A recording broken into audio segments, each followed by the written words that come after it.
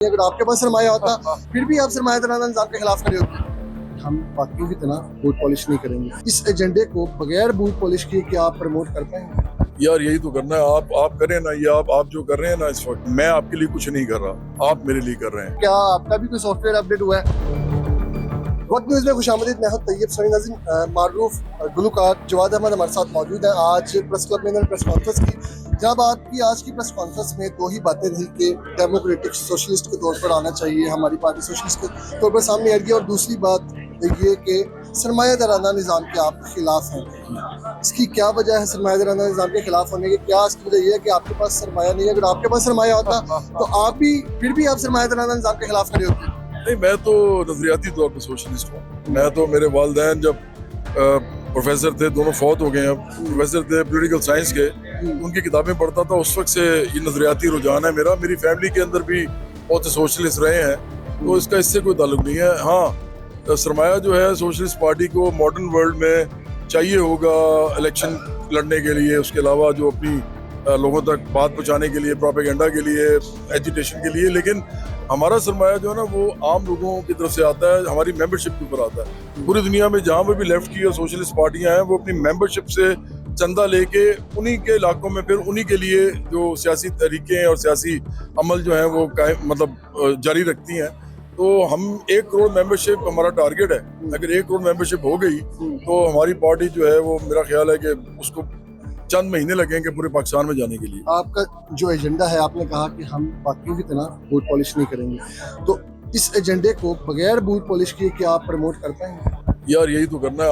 आप करें ना, ये आप जो कर रहे हैं ना इस वक्त, ये आप एक्चुअली, मैं आपके लिए कुछ नहीं कर रहा, आप मेरे लिए कर रहे हैं। मैं आपका इसलिए शुक्रिया अदा करता हूँ क्योंकि देखें, मीडिया जो है उसी के थ्रू बात आपकी आगे जाती है।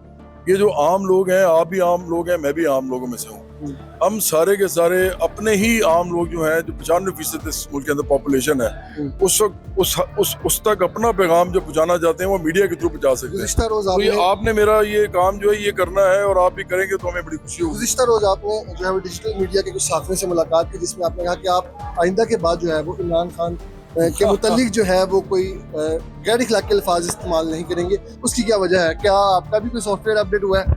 मैंने सिर्फ 2 अल्फाज के ऊपर कहा था। हुआ पता क्या है? हुआ ये है कि इन्होंने मुझे कहा, पीटीआई के साफी ज्यादातर उधर आए हुए थे, वो मेरे दोस्त हैं, मतलब मेरे हमवतन हैं, छोटे भाइयों की तरह भी हैं, लेकिन उनका अपना ही एक मामला है, और मुझे लगता है कि पीटीआई की बात करने से फायदा भी होता है आजकल बहुत। तो इसलिए वो कह रहे थे कि जवाद भाई आप बहुत ज्यादा ना सख्त अल्फाज बोलते हैं और कई दफा बदतमीजी और बदतहजीबी भी लगती है। तो मैंने उनको ये कहा था, अब ये पूरा चलाइएगा, मैंने उनसे कहा था कि देखें, जितने भी अल्फाज मैं बोलता हूँ उनमें 2 अल्फाज बहुत ज्यादा सख्त हैं, वो गाली नहीं है, लेकिन वो सख्त अल्फाज हैं, एक लानती और एक बेगैरत।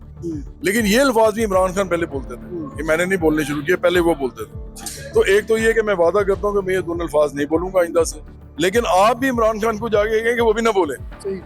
लेकिन वो इस बात पे चुप रहे और सिर्फ यही कहते रहे कि जी आप जो है, और मैंने वादा कहा है, मैंने माजरत नहीं की, मैंने वादा कहा है कि नहीं करूंगा।